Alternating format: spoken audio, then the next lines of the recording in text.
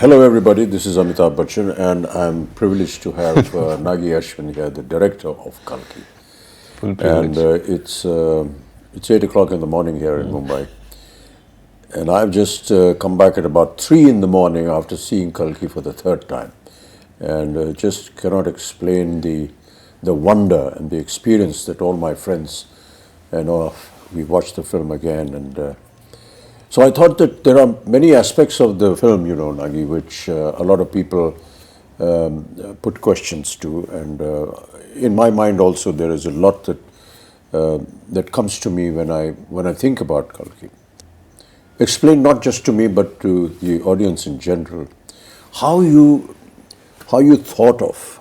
When we spoke to Priyanka and Sapna, they said, after the last film, they waited and asked you what you're going to do next, and you said, I don't know. And almost after a year or so, you went to them and said, I have something. And after that, Priyanka was saying that after hearing it, I couldn't sleep for a couple of days.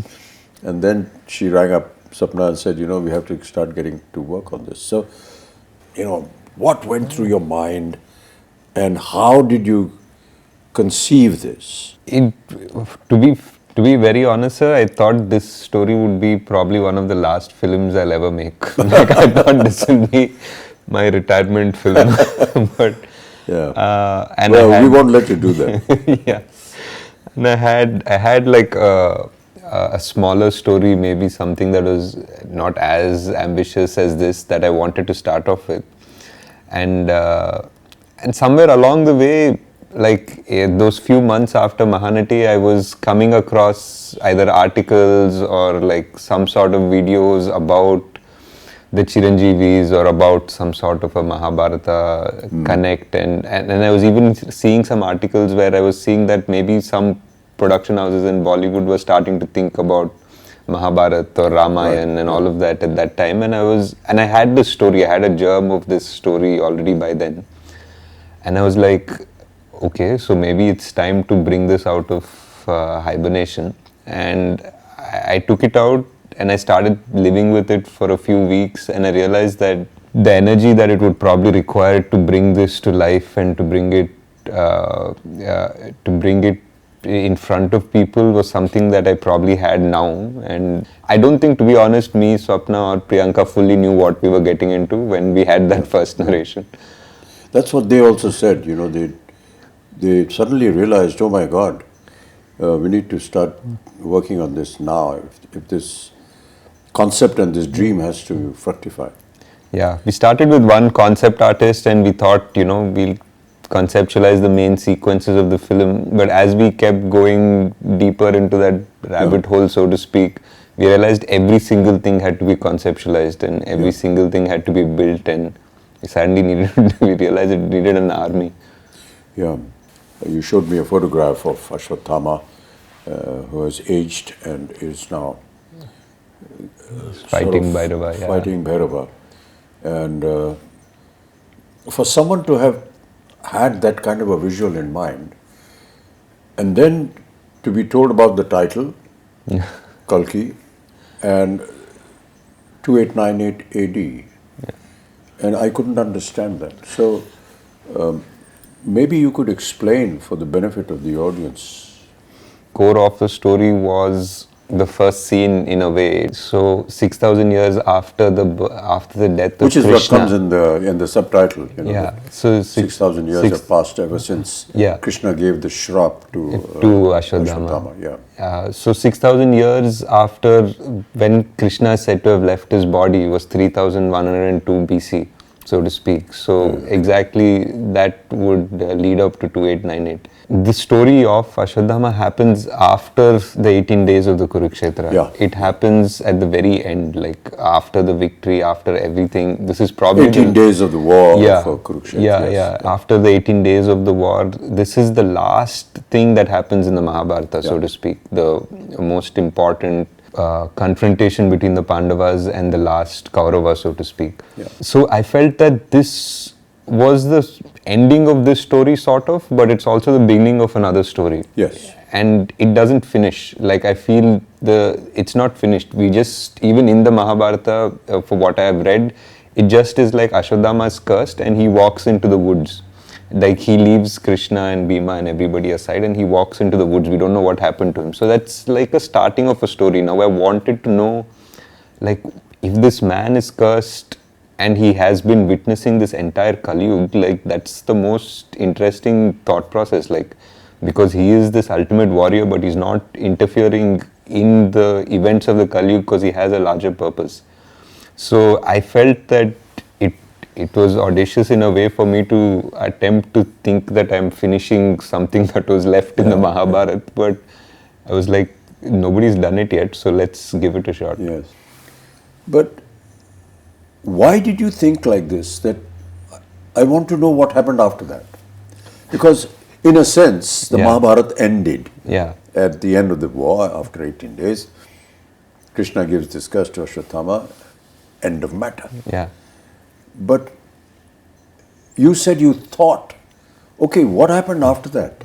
I had really loved this dialogue in that first scene, sir. What we did, like after Ashwatthama says, kill me now, I'm ready. Yeah. And then Krishna says, no, death is not a punishment. And then we have a wide shot of this battlefield with hundreds and thousands of people who are dead. Yes.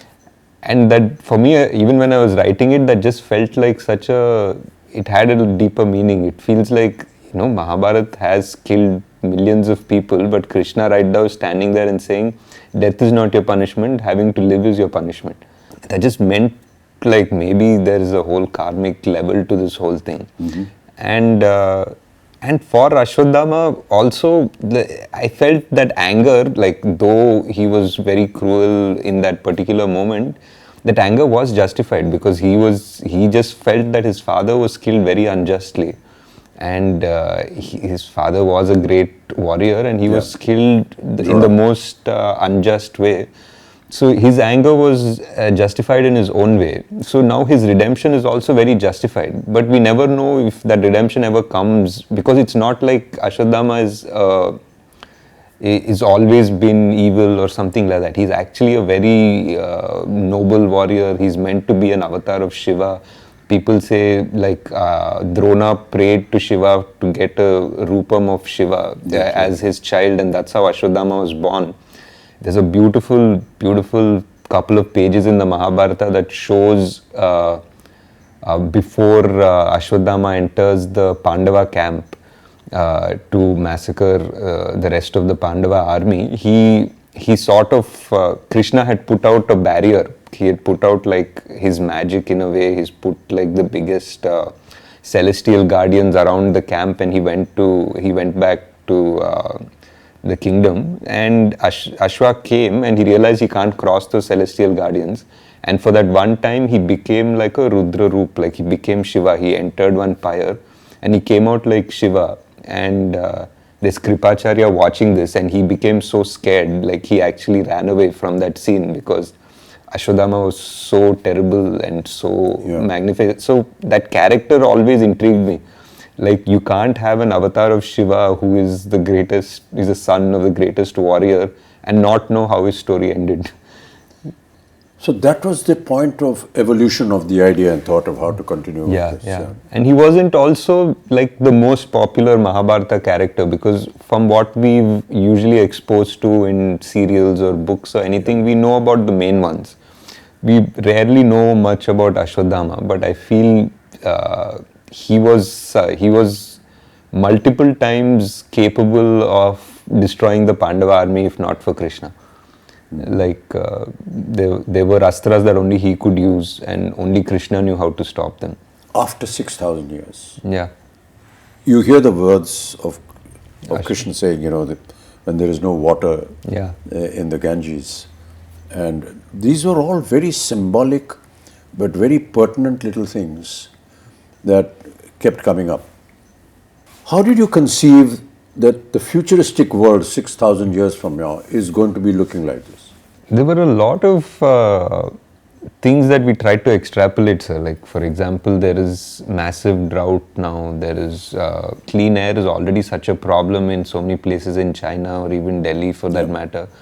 that buying air is going to become a common thing. It's actually become a common thing already.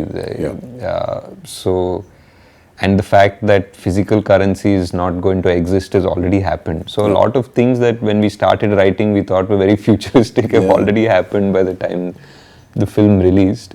And we had to just try to understand that if there is no water and the biggest problem is fertility, I feel, like of man and of the soil. Like those are the two biggest things that will change the world.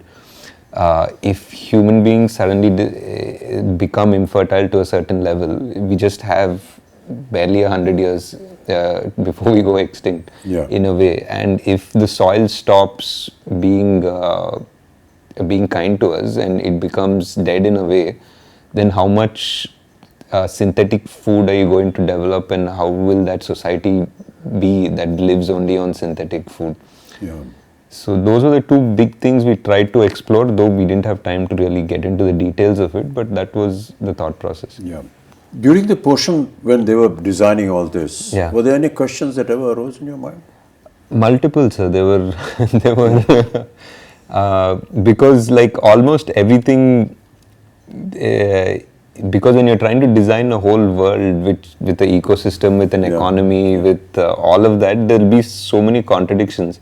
Like even just the architecture of things, there'll be like, what are your vehicles running on? Like if it's running on this, then why don't these people have access to it? And what access does the complex have? So suddenly we're designing a whole world, right from the economy to its power systems to grid to like, what do people do? How are they making money? And is there a welfare system in this world? Like there's so much discussion, and after I think 5-6 days of brainstorming, we usually just stop and say, enough, let's get back to the story. I was talking to some people about Shambala and what it was, and that is something that they said, that this Shambala is something that is under the earth.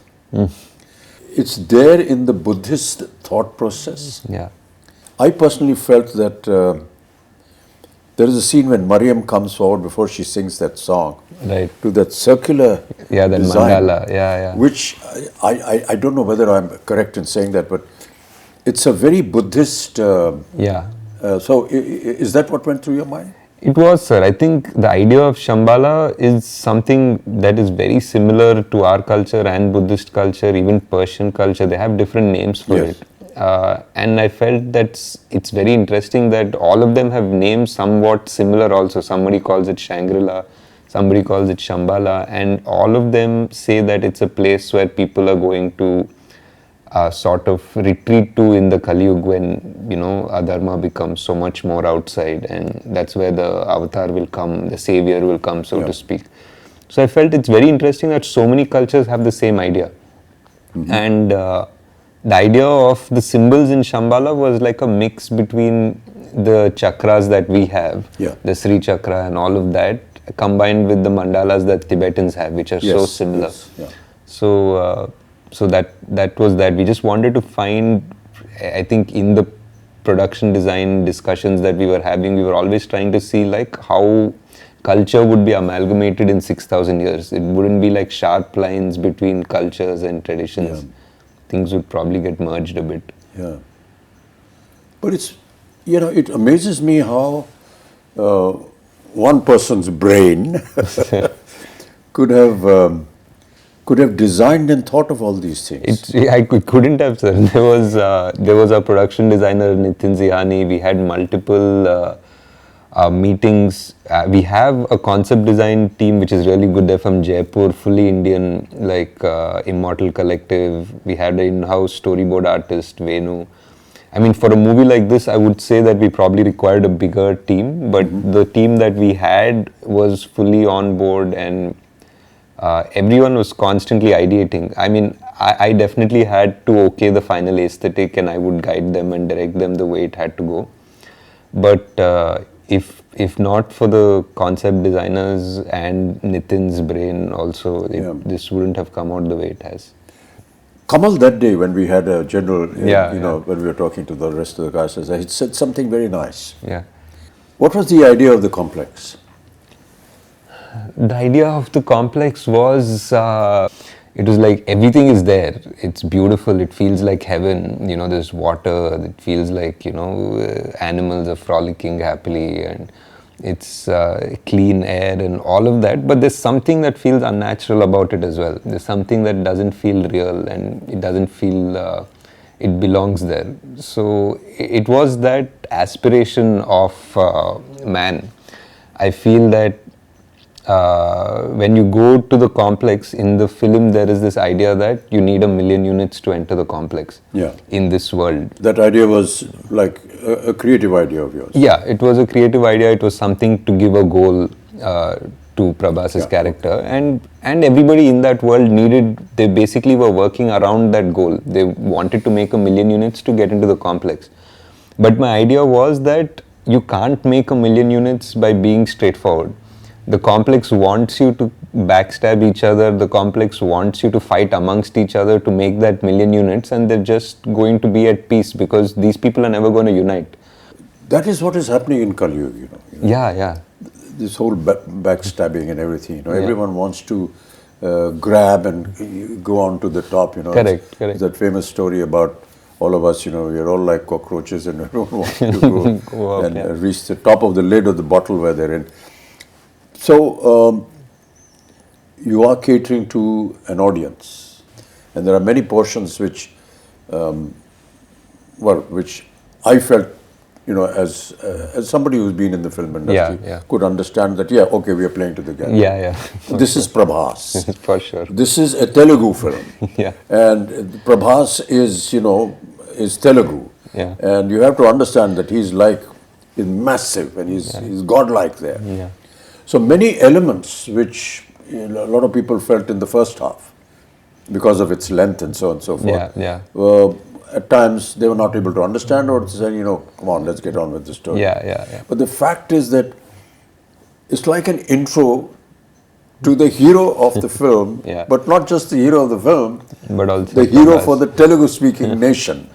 And that is something that, you know, people perhaps overlook, but we have to give it to them. At the same time, you know, giving out to the audience, you know, I've never lost a fight and I never will. Which are actually Krishna's words. And you've given it to Prabhas, to Bhairav. True. But the point is that for the common language that the Telugu nation that is gaga over Prabhas, it has an alternate meaning as well. Also. And that is, you know, those are the claptraps. For, so I just felt it was a wonderful amalgamation of playing to the gallery, yet not entirely submitting yourself to them. It was a tricky line, sir, for sure. That's a very thin line. I mean, I would love to go and sit in a theatre in Hyderabad and sit with this Telugu-speaking audience when they're seeing this, because they must be going wild when they see Prabhas saying this, and all the comic interludes that he has, and they had wonderful little snippets, you know, that she comes out with, which are valid for the film, yet extremely valid for the common man. I mean, how did you think of that? Like you're saying, it's a very thin line, sir. Like, there were a few things in his intro, for example. Like, I think a new audience from Paris wouldn't make anything of it. Because there's a hologram that is glitching. It says possible rebel, you know, 5-star bounty. And then it just glitches just for a moment right next to Prabhas and says rebel star for like an instant. And that's a claptrap for sure. And but for anybody on the outside, it doesn't make any difference. It was hard to design something like that. And there was something also where Bujji says, you know, I mean, I have some fans, and Bujji says, you have a rebel fan. And again, for another audience, it doesn't make any difference because he was a rebel. We established that. No, that's what I felt. It was a brilliant amalgamation of playing to the gallery and playing to the audience in Hyderabad, yet not moving away from the concept of the film. The concept of fertility.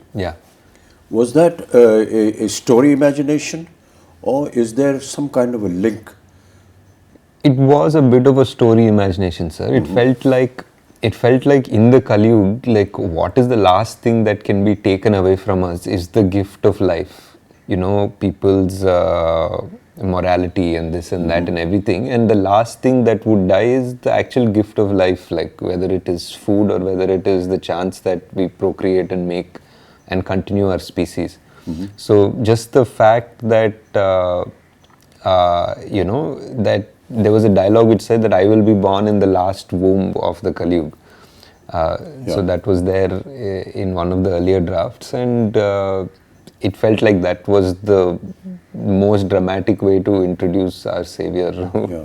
And a lot of questions being asked is, how do you manage to perform when you don't have the props around you? Yeah. We really tried in this film to build as much as we could, sir. Like whether it was the off sector where there was desert and the truck and everything, or Shambala, the bridge. We tried our best to give as much, but yeah, there were definitely sequences where it was just a blue screen. And Yeah. We all know that, you know, Indian cinema works on poetic justice. yeah. And I keep quoting this from my father, who used to watch a film during his last days every evening, and I asked to ask him, what is there in watching a film? So he used to say that, you know, I get to see poetic justice in 3 hours. So during the length of the film, at the end of the film, there's poetic justice. To bring that kind of poetic justice in Kalki, in the Mahabharata, is it going to be factual? Is it not? I mean, this we will discover in part 2. But did it ever cross your mind that, you know, there has to be this aspect of poetic justice in the film? Definitely, sir. I think so. I think Ashwatthama's character itself is that idea of poetic justice. The way his character starts and the way it needs to finish. Yes. Yeah. There are many little things which, you know, which were done and shown in the film. Yeah. But its essence was actually realized by the audience. Yeah. It's like Sumati's Agni Pariksha in a sense. Yeah. Which was so beautifully done. Yeah. And we talk about Agni Pariksha, but we never visualized that it could be like this. Yeah. And you have the carrier of the next avatar go through this Agni Pariksha, which you show Sumati walking through this, you know, ball of fire, and nothing happens to her. Yeah. Whereas when the fighters go through it, it just burn up. Yeah. So, what was the thinking behind that? That is definitely one of my favorite sequences in the film, because it also parallelly brings in all the 3 characters. Like it brings in. It's a kind of a chastising of Sumati in a sense. Yeah, in a way. And Ashwa realizes at the same time, Bhairava at the same time. And for me personally, it was the reference of the Krishna and Vasudeva walking through the river in the Dwapar Yuga, like as the river parts for them. It felt like in the Dwapar Yuga, the water element parted for God to give him safe passage. And for me here, it felt that the fire element parted for God to give him safe passage. Yeah. So that was my thought process. Yeah. I mean, there were so many challenges, even from the point of view of, say, the DOP or the cameraman and everything. Yeah. You have an 8-foot giant, and you have the rest of the cast here. Yeah. And there were so many times when we took hours, because how do you light up a place where you're going to see both the characters together? Correct. So my lighting is going to be different. Yeah. And my whole atmosphere is going to be different. My concept of looking down to talking everyone, and everyone's looking up to talk to me, and how we actually managed to do that. Yeah.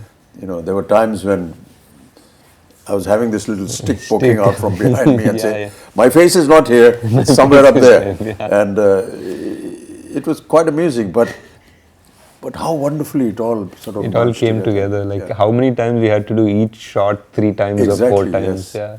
Even when I was writing, I always thought Kalki was 2 watches. Like it was a repeat watch. Like the first time you watch the film, you watch the film. And the second time you watch it with the perspective of having seen it again. So you see so many things in a new perspective almost. Yes. In a way, it's almost a new film the second watch. Yeah.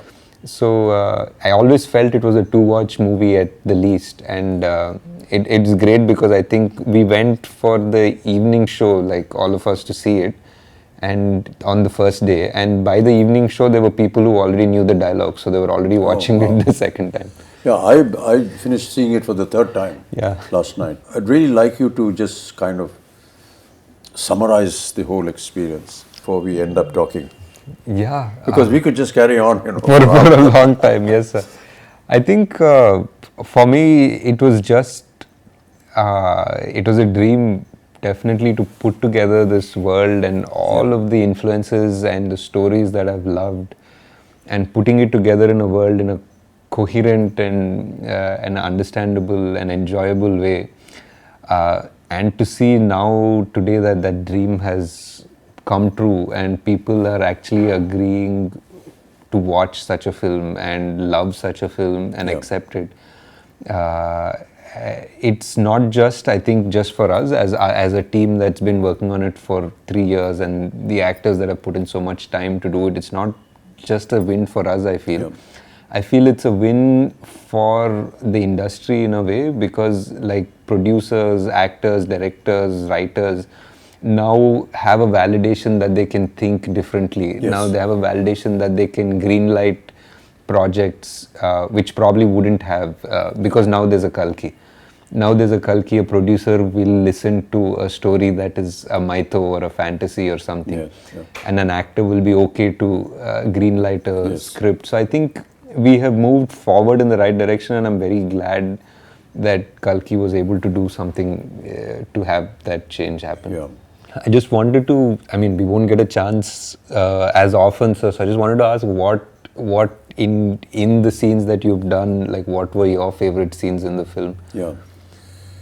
It's very difficult to pick one particular scene, you know, Nagi. And I'm not just saying it because I'm a member of the cast and crew and it's our film, but quite honestly, you know, it's very difficult. Really, the purpose of talking to you, Nagi, was that. That it's, yes, it is a film. Yes, it is make-believe. But it's make-believe. It's the belief that we want you to go and see, because it's been made with belief. And that belief is what is the strongest point that I feel in the film. And each time I see it, it's that belief. I hope that, you know, the audiences will go and see this film with the kind of interpretation that Nagi, the director, had, and his vision, and the way he has explained the many aspects of the story. It's a film that anybody will identify with, because it's, you know, good over evil, and all our films are like that. But to give it the depth and bring that mythological history, culture into the open and prove it, that is what was challenging for Nagi, and that is what I find he has been able to find victory in that challenge. Now we wait anxiously for part two. How is it all going to end? And so we look in great anticipation. Thank you, sir. Thank you. Thanks so much, Nagi. It's been wonderful talking to you. Sir, I know you don't like or appreciate this, but this is one of the few chances we have to thank you for all your patience. It's, you know, and the whole country, sir. Like whoever I speak to, I know you've heard this already so many times, but it's just such a pleasure to see you in that avatar, in that role. And so many people, I did a bunch of interviews yesterday and everybody just said, thank you for giving us this Amitabh Bachchan. It's a fan fallacy, thing. Actually. I don't I know you don't like any of it. It's not a case of liking. I just feel that the compliment is not really to me, it's the compliment to the concept and the character. Also, and that speaks volumes about the film. It's not a personal, you know, okay, I like this star, and he was good and he acted very well and so on and so forth. So when they compliment a Prabhas or a Deepika and anyone else and Kamal, you're actually complimenting the concept of the director, Nagi, who was able to conceive and put together this story. It's all very well to go to an audience that's coming out of a theatre and say, "Kaisi lagi film bhaiya?" So he said, "That's about the जीवन यार, यार उनसे जिन्हें नहीं समझ में नहीं आया ये नहीं हुआ." It's not that. I think that we need to catch some people who, the youngsters, and say, let's sit down and have a chat. And what did you actually see? What did you think of? What was going through your mind when you were watching all this? It would make a very interesting subject. And I'm going to catch Abhishek and please do, sir. That would be Navya, great. my granddaughter, and have a chat with them, much like we've had here, and ask them some very pertinent questions. Right. Thank you, Nagi. That'd be great, sir. Yeah, such a pleasure. much, Such a pleasure, sir. Thank you so much. That's the end of our very long, intricate conversation. And I hope that you enjoy the film when you see it. Thank you so much. Namaskar. Great, sir.